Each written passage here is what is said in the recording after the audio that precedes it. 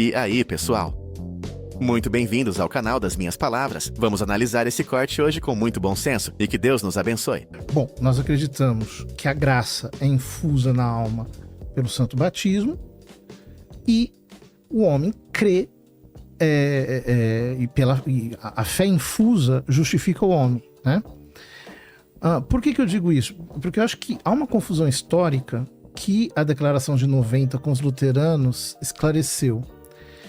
Porque a grande diferença entre protestantes e católicos começa no instante depois da justificação, não no instante antes da justificação. Uhum. Quer dizer, no instante antes da justificação, nós todos somos monergistas, nós todos acreditamos que a primeira graça é uma graça unilateral, imerecida absolutamente, Deus infunde e isso é dele, é ele que faz. Inclusive, e a última graça também. A última graça é imerecida e é ele que dá e o homem não pode fazer nada por merecer, só pode pedir, né? Porém, depois da justificação, nós católicos, e eu acho que estamos juntos, nós cremos que as nossas obras elas têm um valor sobrenatural. Ou seja, elas não são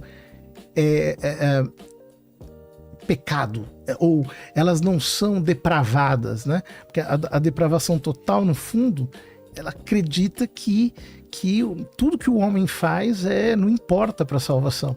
Que a salvação é só por graça exclusivamente.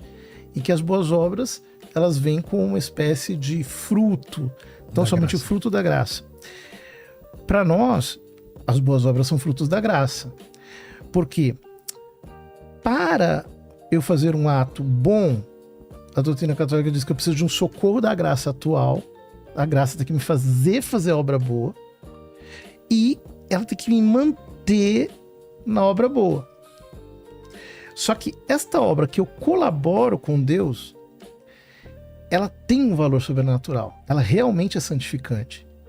Ela realmente digamos assim, mas você atua na santificação e não na justificação. Então, é que para vocês a santificação e justificação são dois conceitos para nós separados demais. Para nós, católicos, santificação e justificação é uma coisa. No sentido de que o justo é o santo, quer dizer, que é aquele que foi limpo do pecado está unido a Deus, né? E tudo isso eu acredito que a raiz disso está numa confusão na cabeça de Lutero, da minha perspectiva. Claro. Por quê? Eu acho que Lutero confundia a concupiscência com o pecado. Porque veja bem, eu peco. Você peca, todo mundo peca. A gente se arrepende. Deus apaga o pecado. Só que a concupiscência fica lá. A fraqueza fica lá. A inclinação para o mal. Então, essa concepção do simul justus et peccator, ao mesmo tempo justo e pecador, ou da graça como a neve sobre o esterco, né, que o homem sempre ele sempre está em pecado, o pecado de tal modo perverteu o homem ontologicamente que ele é completamente incapaz. Completamente caído. Aí sim, depois da graça, nós não cremos assim. Antes da graça, sim. Antes da graça, o homem não pode fazer absolutamente nada que importe a salvação. Mas depois da graça, aí o homem ganha... os orientais têm o conceito de teurgia, né? Que a gente diz em português, deificação. O homem, ele é deificado, né? Ele participa. A Deus. Só que nesse contexto não acrescenta aquilo que no meu ambiente, né, mais que é o cristão ortodoxo, não acrescenta nada na salvação. Qualquer obra, até depois, no sentido que é amor incondicional. Aquilo que Paulo fala ali em Coríntios, né? Sobre o amor, até chegar no contexto, eu fazer o melhor pelo amor, não pela acrescentar algo. Claro. Isso precisava, porque tem pessoas que pensam depois, eu vou fazer algo para ficar mais próximo dali nesse contexto. Isso pertence a Deus. Essa é uma má compreensão do conceito escolástico de mérito. É uma má compreensão. Nós precisamos também lembrar que Cristo antes, João ali, né, no capítulo 15, se não me engano, que falou, eu não falo agora para vocês, disse nos apóstolos, servos, que fala, amigos. O ortodoxo crê nesse contexto, que nós somos amigos de Deus quando continuamos no contexto da nossa vida, dessa graça que recebemos, fazendo essa obra, a obra parece tipo a lei, né? Nesse contexto. Parece não criamos lei. Lei indica a lei Moisés, faça para ser... Para ganhar isso aqui. Não, na vida com Cristo não existe esse tipo de lei. Aqui não criamos leis. Mas tudo que fazemos é pelo amor incondicional e Deus depois Deus é onde vai cada um no contexto de grau, no contexto perfeição. Teoses, que fala, o grego fala, o ortodoxo fala, teoses, chegar mais próximo a Deus, porque eu amo Deus e sou atraído por Ele. Não tem nada a ver com obras, acrescentar algo nessa parte de salvação, né? A tradição ortodoxa valoriza muito essa ideia que a preocupação principal é você querer se tornar mais semelhante a Deus do ponto caminhar mais próximo nesse contexto, mas através desse amor que foi atraído. Mas mesmo isso é por graça. Pela graça? Isso, no sentido de que a teoses é uma obra de Deus, uma obra de Deus, me transforma mesmo. Isso, que me atrai. Mas o problema, muitas vezes, eu vejo nos gregos ali, ortodoxos, nesse contexto, precisa sempre você lembrar isso para eles, porque eu vou fazer algo bem para Deus me ver. Olha o que eu faço para me colocar pouco. O pensamento, isso. Tem na verdade algo... Sabe, o pensamento, vou fazer algo bom para Deus me ver. Mas nem precisa pensar isso. Deus sabe para fazer quando os tempos aqui, fazer por você é declarado aqui, justo bem, pela justiça dele. Isso aí que... Isso nós cremos que é assim. Porém, essa não é uma declaração externa. Ela transforma mesmo. Então, mas esse monergismo permanente, absoluto e assim, e com essa percepção antropológica mais pessimista, é mais forte na tradição calvinista propriamente. Né? Eu acho que o Wesley, por exemplo, superou isso completamente. Né? É diferente, é uma perspectiva. E eu acho que, aí eu vou falar mal da gente aqui, né? Eu acho que uma parte da nossa confusão é o jeito excessivamente filosófico, principalmente aristotélico e platônico, de ler a Bíblia, né? E quando você tem uma maneira hebraica de lidar com a realidade, ela é muito mais dialética, aceitando perspectivas que são complementares, não contraditórias, e eu tenho a impressão que no nosso ambiente a gente setorizou em algumas coisas e absolutizou demais e colocou uma oposição problemática, daí a nossa grande fragmentação.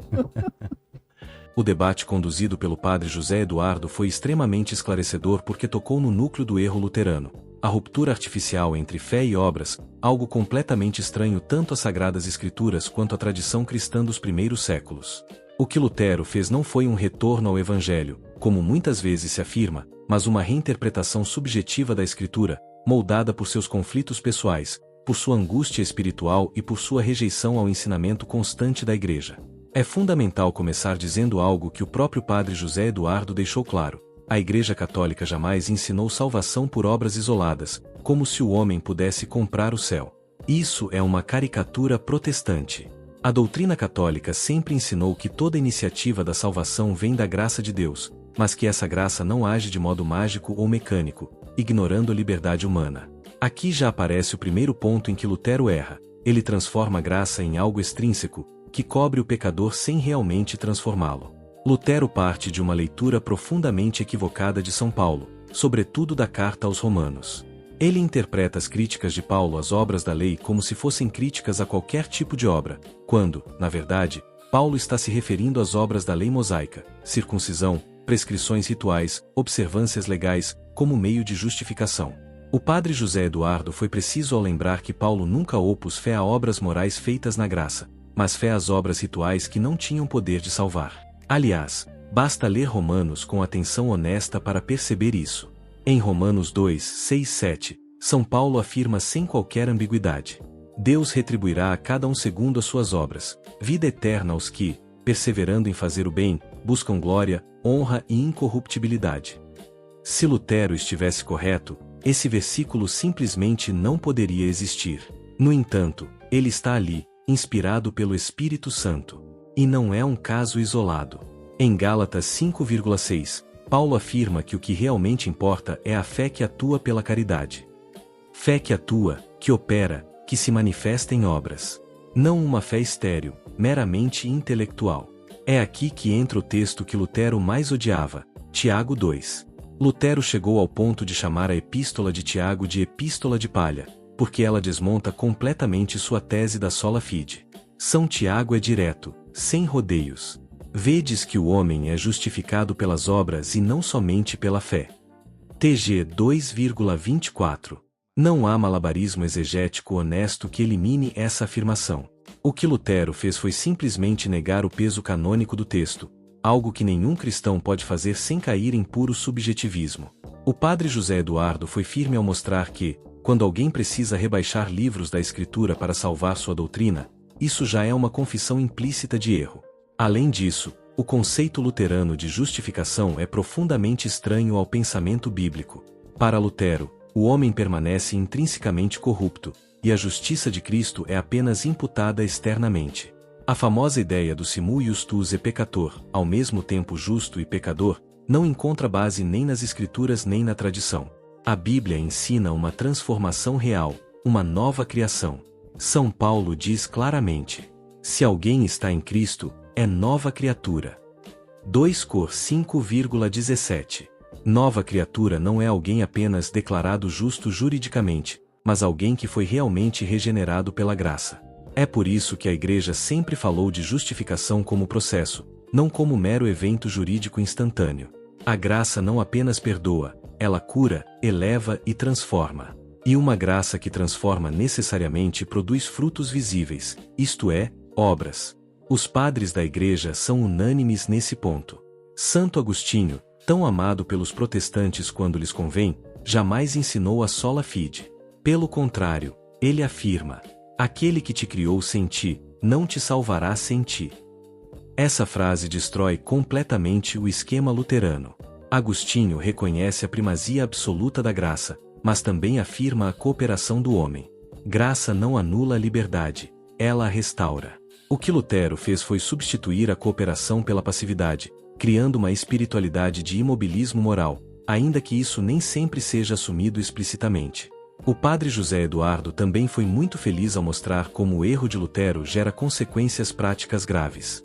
Se as obras não têm valor real na economia da salvação, então os mandamentos se tornam secundários, a vida moral vira algo opcional e a santidade deixa de ser uma exigência objetiva. Não é coincidência que, historicamente, o protestantismo tenha produzido uma multiplicidade de doutrinas morais contraditórias. Quando se rompe a unidade entre fé e obras, rompe-se também a coerência ética. A Igreja Católica, ao contrário, sempre manteve o equilíbrio bíblico: somos salvos pela graça, mediante a fé, para as boas obras.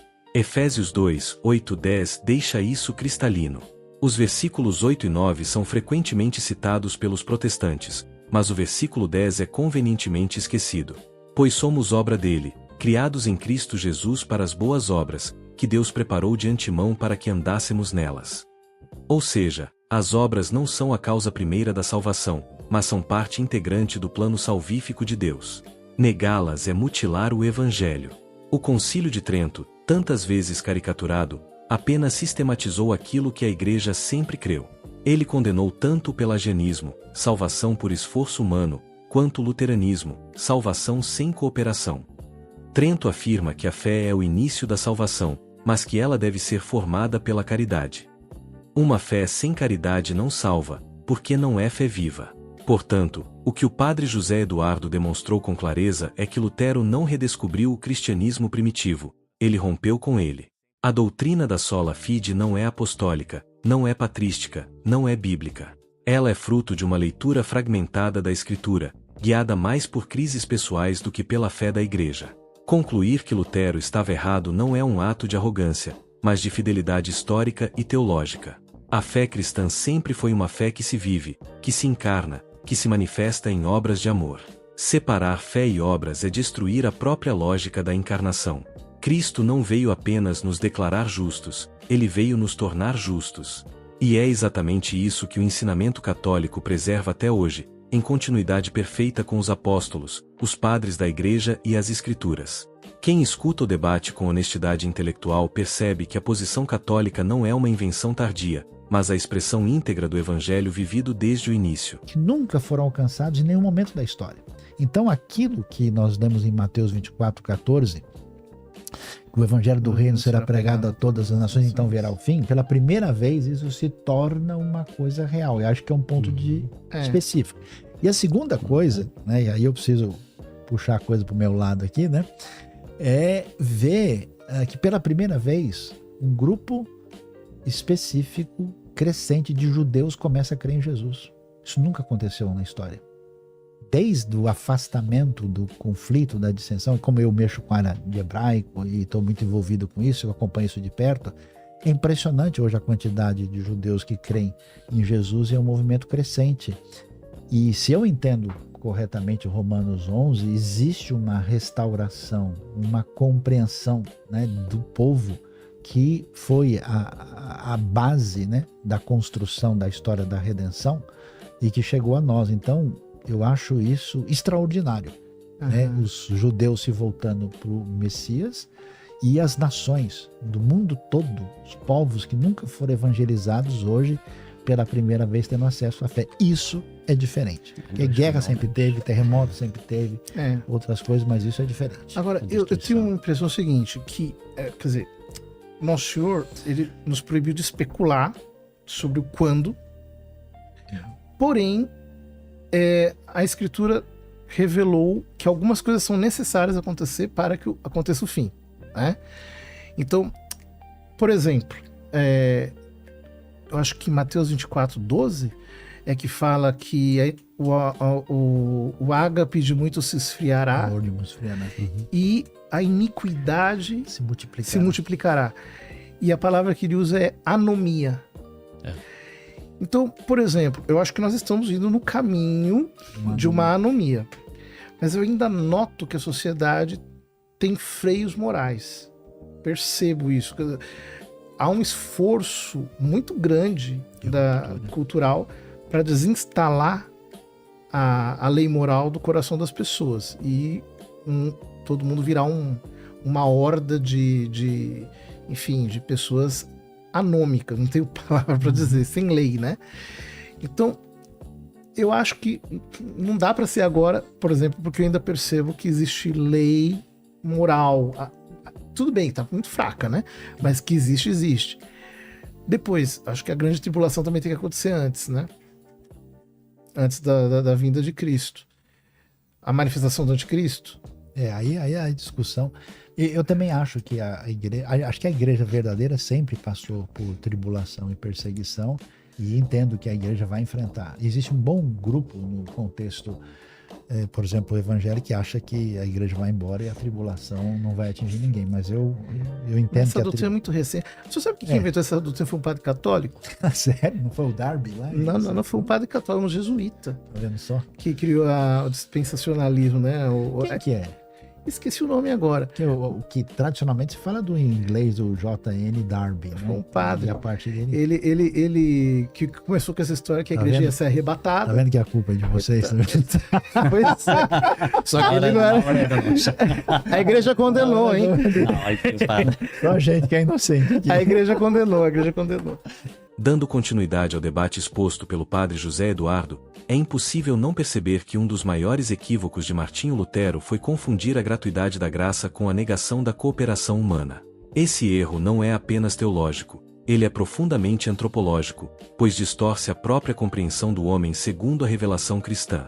Lutero, ao tentar proteger a soberania da graça divina, acabou esvaziando a responsabilidade humana, criando uma doutrina que não corresponde nem às Escrituras nem à fé da Igreja primitiva. O ponto central aqui é simples, mas frequentemente deturpado. A graça é totalmente gratuita, mas não é estéril. A graça de Deus não age como um verniz jurídico que apenas declara algo externamente. Ela é uma força viva que transforma interiormente o homem. O padre José Eduardo foi muito claro ao mostrar que Lutero, ao negar qualquer valor às obras na economia da salvação, acaba reduzindo a graça a um ato externo de imputação, e não a um dom que realmente regenera. Quando São Paulo afirma que somos salvos pela graça, mediante a fé, e isso não vem de vós, F 2,8, ele não está ensinando uma salvação sem resposta humana. O próprio contexto da carta desmente essa leitura. Logo em seguida, Paulo afirma que fomos criados em Cristo para as boas obras. Isso revela algo essencial. A graça precede, acompanha e sustenta as obras, mas não as substitui. A fé verdadeira não paralisa o cristão, ela o move. O erro de Lutero nasce de uma leitura fragmentada de São Paulo, especialmente de Romanos e Gálatas. Ele toma textos específicos, escritos para combater o legalismo judaizante, e os absolutiza, ignorando o conjunto do pensamento paulino. O padre José Eduardo lembrou com precisão que Paulo nunca combateu as obras enquanto tais, mas sim a ideia de que a observância da lei mosaica poderia justificar o homem sem Cristo. Transformar isso em uma condenação universal de qualquer obra é um salto ilegítimo. Aliás, o próprio São Paulo fala repetidamente de juízo segundo as obras, algo que simplesmente não cabe no esquema luterano. Em 2 Coríntios 5,10, ele afirma: todos nós devemos comparecer diante do tribunal de Cristo, para que cada um receba conforme o bem ou o mal que tiver feito. Se as obras não têm relevância real, esse julgamento se torna uma encenação vazia. No entanto, para Paulo, trata-se de algo sério e definitivo. O juízo não é segundo aquilo que o homem acreditou apenas interiormente, mas segundo o que ele viveu concretamente. Outro ponto forte abordado no debate foi a noção equivocada de mérito em Lutero. O protestantismo costuma acusar a Igreja Católica de ensinar mérito humano, como se o homem pudesse exigir algo de Deus por justiça própria. Isso é falso. A doutrina católica sempre ensinou que todo mérito cristão é mérito da graça, pois é Deus quem capacita o homem a agir bem. Quando a Igreja fala em mérito, ela fala de uma participação real do homem na obra de Deus, não de uma competição com ele. Santo Agostinho expressa isso de forma magistral ao dizer que, quando Deus coroa os nossos méritos, Ele está coroando seus próprios dons. Essa frase resume perfeitamente a posição católica e desmonta a caricatura protestante. Lutero rejeita o mérito porque o entende de forma puramente jurídica e autônoma, mas essa nunca foi a compreensão da Igreja. Que coisa, eu não sabia que era católico, não. Isso é curioso, viu? Eu peguei mais uma pergunta aqui da live, que é do Marcelo Gomes. Ele perguntou assim: pastor, uma dúvida. Qual versículo da Bíblia tem de forma explícita que devemos seguir a sola escritura? A tradição oral é diversas vezes abordada pelos apóstolos na própria Bíblia. Então, você falar que existe tradição oral na Bíblia, claro, porque tradição oral é uma realidade, inclusive, da cultura hebraica antiga. Até que os textos fossem cristalizados e definidos, é claro que eles passaram por tradição oral, mas, no entanto, eles não permaneceram como tradição oral. Quando você lê os textos do Novo Testamento, você tem a ideia, por exemplo, de 2 Timóteo, capítulo 3, verso 16, que vai falar que toda escritura é theopnestos, ela é literalmente soprada por Deus, fazendo referência àquilo que deveria ser considerado como paradigmático, como normativo, porque era inspirado por Deus, e ela é proveitosa para corrigir, para instruir. Quando você vê o livro do Apocalipse fechando, ele diz, olha, nenhuma coisa deve ser acrescentada em relação a isso. E quando você vê que Jesus, apesar de teológica e hermeneuticamente ser distinto e oposto aos fariseus, ele faz como eles no sentido de afirmar o que está dizendo por causa do que disseram as Escrituras. Então, a referência que se estabelece foi Deus falou de uma maneira autorizada. Essa é a razão porque toda a cristandade vai chegar num conceito mais tarde chamado de cânon. Agora, a maneira como se trabalha com essa referência normativa das Sagradas Escrituras com a caminhada histórica da igreja, se discute em que peso você põe, mas que está nítido no Novo Testamento essa ideia da Escritura como referência, parece difícil de negar, até pelo próprio comportamento de Jesus, citando, ó, porque está nos Salmos, porque Isaías falou a meu respeito, porque está escrito. Para nós é um pouco diferente, né? Ou seja, nós cremos que a Escritura foi inspirada por Deus, com um carisma que é específico dela, que é o carisma da inerrância. Só a Escritura é inerrante. Mas o ensino ou a divina revelação, ela transcende as Escrituras no sentido de que ela é composta de elementos orais. Qual que é o problema? Eu acho que a concepção protestante, ela lida com a divina revelação em termos informacionais, ou seja, o conteúdo eidético, né? As ideias que estão ali. Para nós, a tradição é o rito dos sacramentos, não no seu detalhe, mas no seu estabelecimento apostólico, a constituição de igrejas, a tradição é a sucessão apostólica, a tradição é o fato de os apóstolos terem plantado igrejas em lugares concretos. A tradição é o ensino apostólico que não está escrito. Semelhante aos judeus, né? Com a tradição oral. Bem parecido. Exatamente como o conceito da Torá oral. A Torá oral, né? Exatamente. Só que nesse contexto, os pais, chamados pais da igreja que falamos gregos e latinos, né? Todos não escrevem nada que não existe dentro nos livros do Novo Testamento, né? Claro. Essa forma cultural, regional também, né? Porque Roma, Jerusalém, Ásia Menor, Grécia, culturas que diferentes e a linguagem pode ser diferente. Existe, não sei que é conhecido, os escritos dos pais da igreja desde o século II. Clemente de Roma é do final do primeiro século. Segundo, terceiro, todas as citações deles estão dentro dos livros do Novo Testamento, não tem nada de fora. Se perdemos o Novo Testamento, os livros, que não tínhamos nenhum livro, a partir dos pais da igreja podemos recompor todos os livros, exceto de 11 versículos de uma importância secundária. Isso indica todos esses líderes da igreja, mártires que foram martirizados, mantenham o ensino apostólico, que era já nos livros canônicos, através dos seus escritos, que não está na Bíblia. Mas biblistas no contexto, não tem nada, algo absurdo que não combina com o Novo Testamento. Isso que a palavra de Deus que falamos, os próprios pais da igreja, eram eles bíblicos porque citavam todas as citações de uma forma linguística diferente, né? Grego, latim e outras coisas também. No grego, porque no grego também que foi escritos os livros no original, eles, cada um na situação dele, tem no própria linguagem, tem uma linguagem um pouco mais acadêmica, tem naquela linguagem mais simples, mas os textos todos deles indicam citações do Novo Testamento, não tem nada fora de lá. Por isso que é muito importante isso, né? A diferença fundamental está assim, ó, eu vou ler Irineu de Lyon, vou ler Policarpo de Esmirna, eu vou ler São Tomás de Aquino, do IV século. Vou ler Lutero, Calvino, o Wesley, e eu falo, olha, isso aqui é uma construção teológica que olha, isso aqui parece que está correto, isso aqui eu discordo, acho que é um erro, e quando eu falo com a Escritura, eu não trato da mesma forma. Essa que acho que é a questão fundamental.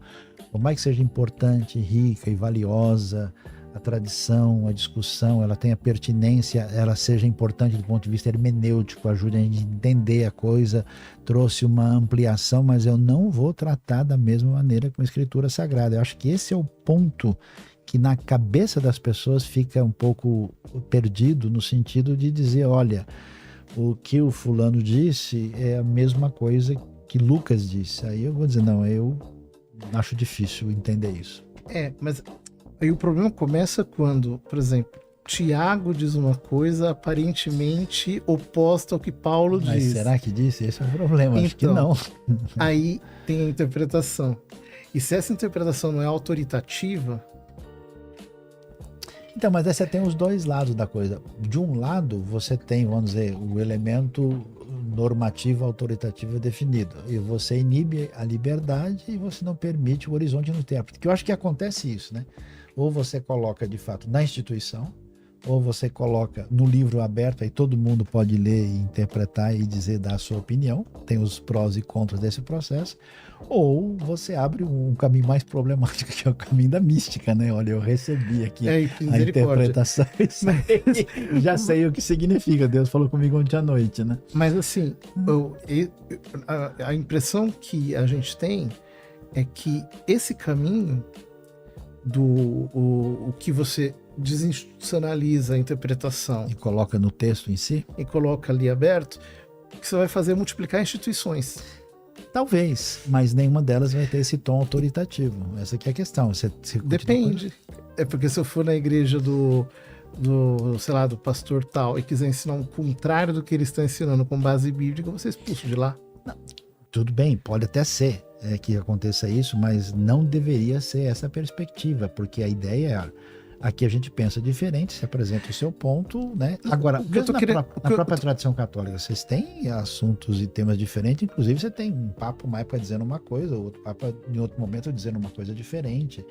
Não existe, assim, um consenso tão romantizado. Na igreja está muito claro o que é de fé, o que está determinado, o que é definido, ou seja, a doutrina, o dogma, e aquilo que é matéria de discussão.